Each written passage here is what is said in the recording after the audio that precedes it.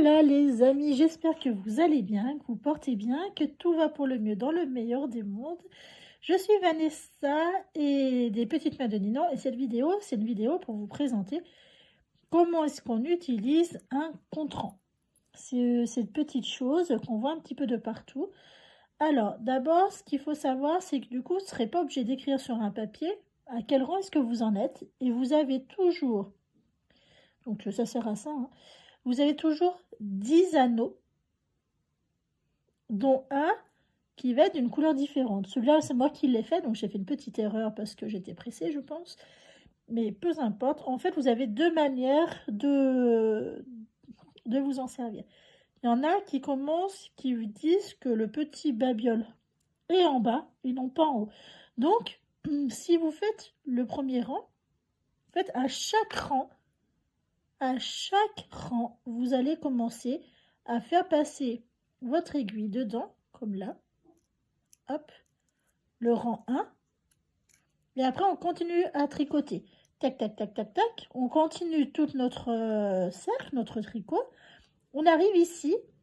On se retrouve avec le... Hop, avec... Non, là, le rang 1. On se retrouve à devoir passer, puisqu'on l'a fini de le tricoter, on se retrouve là. Et ben, il faut bien en faire quelque chose de ce contrant. Donc, on passe au deuxième anneau. Et ça sera le rang numéro 2. On continue à tricoter, tac, tac, tac, tac, tac, tac, tac, tac, tac, tac. On arrive là. On se retrouve face à nos deux rangs, nos deux anneaux. On veut attaquer le troisième rang. On passe à l'anneau 3.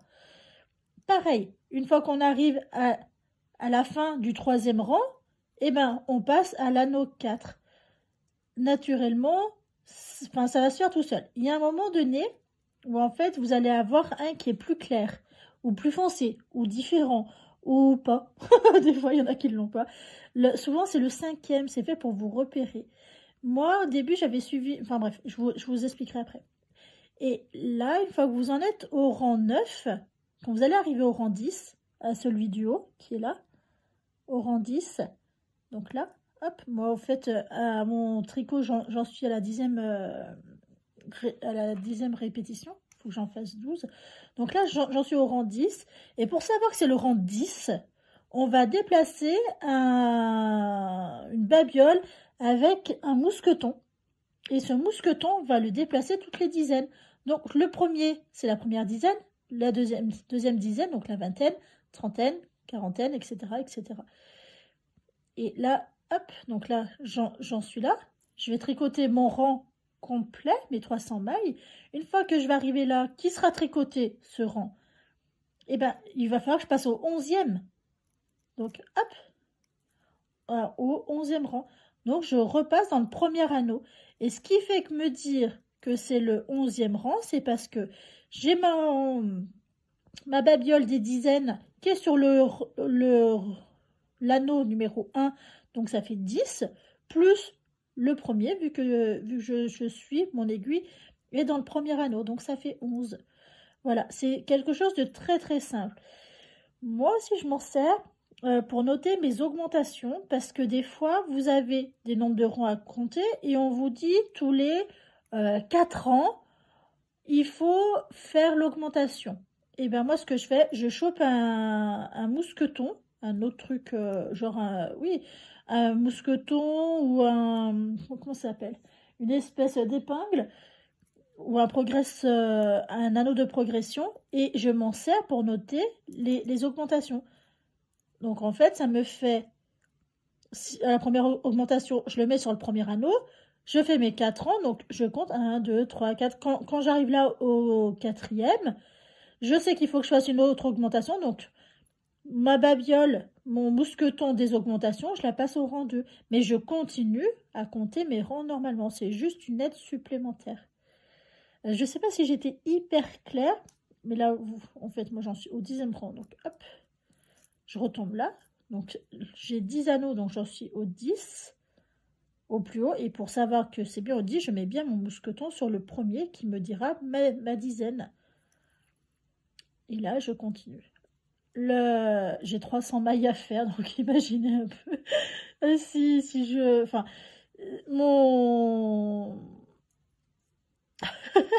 Ça sera un peu long de faire le tour complet et de vous faire voir comment est-ce qu'on passe d'un anneau à l'autre. C'est complètement ridicule parce qu'en fait, vous voyez, celle-ci, quand je tricote, ça se pousse, ça se pousse, ça se pousse. Et il y a un moment donné, mon petit bijou, mon petit cantron, il se retrouve là.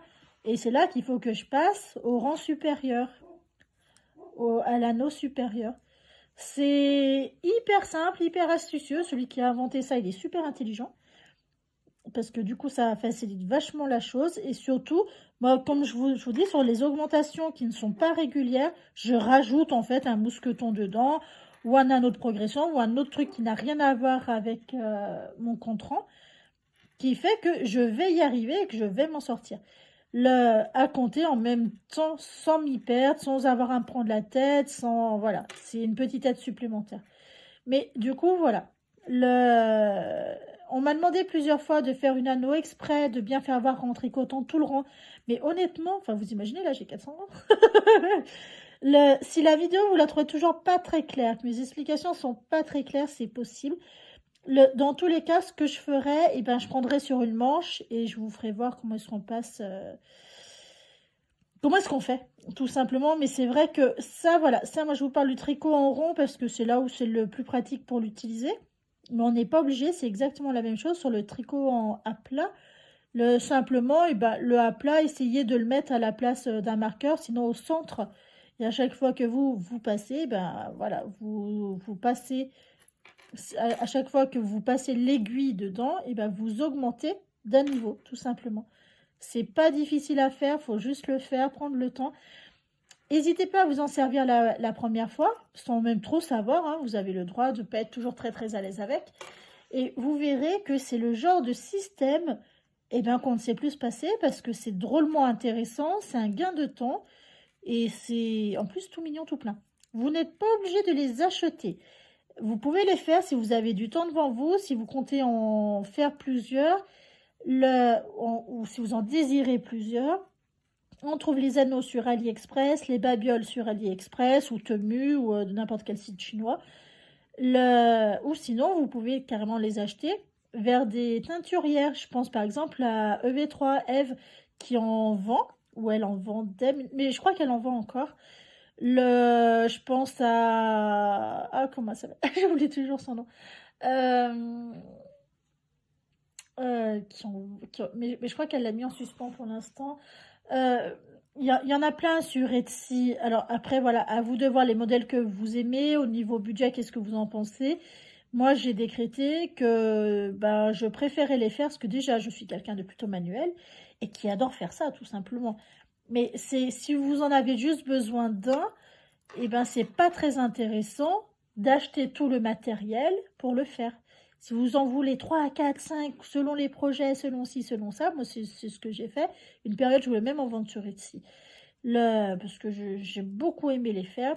Puis après, voilà, manque d'organisation, manque de temps principalement.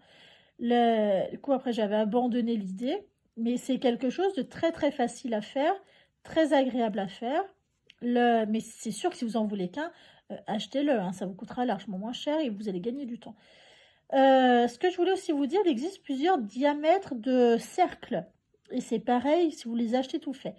Il y a des cercles qui sont en 8 mm, je crois que c'est 8 et 10, non, c'est 8 et 12 mm. Il y en a certains qui proposent en 10 mm. Les 8 mm, c'est très intéressant quand vous tricotez avec des petites aiguilles. Quand j'entends petites aiguilles, c'est en dessous de 4,5. Voilà, tout ce qui va être 3, 3,25, 3,75, 4, 4,5. Voilà, au-delà, je trouve que là, je tricote avec des 4. J'ai pris des anneaux de 8 mm. C'est bien, c'est suffisant. C'est pareil, c'est le même contrant que j'utilise pour les chaussettes. Parce que c'est les plus petits qu'il y a. Et c'est les plus sympas, les plus ci, les plus ça. Voilà. Et après, quand je tricote avec des grosses aiguilles, ce que j'aime bien tricoter en 6, 6,5, 7, là, par contre, j'utilise des anneaux de 10 mm. Parce que sinon, de toute façon, c'est simple, ça passe pas. Donc, j'aurai pas le choix. Après, voilà, à vous à savoir. On peut utiliser un contrant avec des anneaux de 10 mm avec des petites aiguilles. Si vous en voulez qu'un, bon, voilà, prenez un avec des anneaux plus grands. Comme ça, vous pourrez l'utiliser un peu tout le temps. C'est que si vous voyez que vous utilisez, que vous tricotez principalement qu'avec des petites aiguilles, et ben là, effectivement, il serait quand même plus intéressant d'acheter un contron avec du 8 mm et non pas du 12. En 10 mm, je trouve que c'est... Déjà, j'en ai pas vu beaucoup. Oui, j'en ai pas vu beaucoup. Je vois beaucoup en 12 mm. Mais en 12 mm, moi, je trouve ça beaucoup trop gros. Voilà, ça me plaît pas.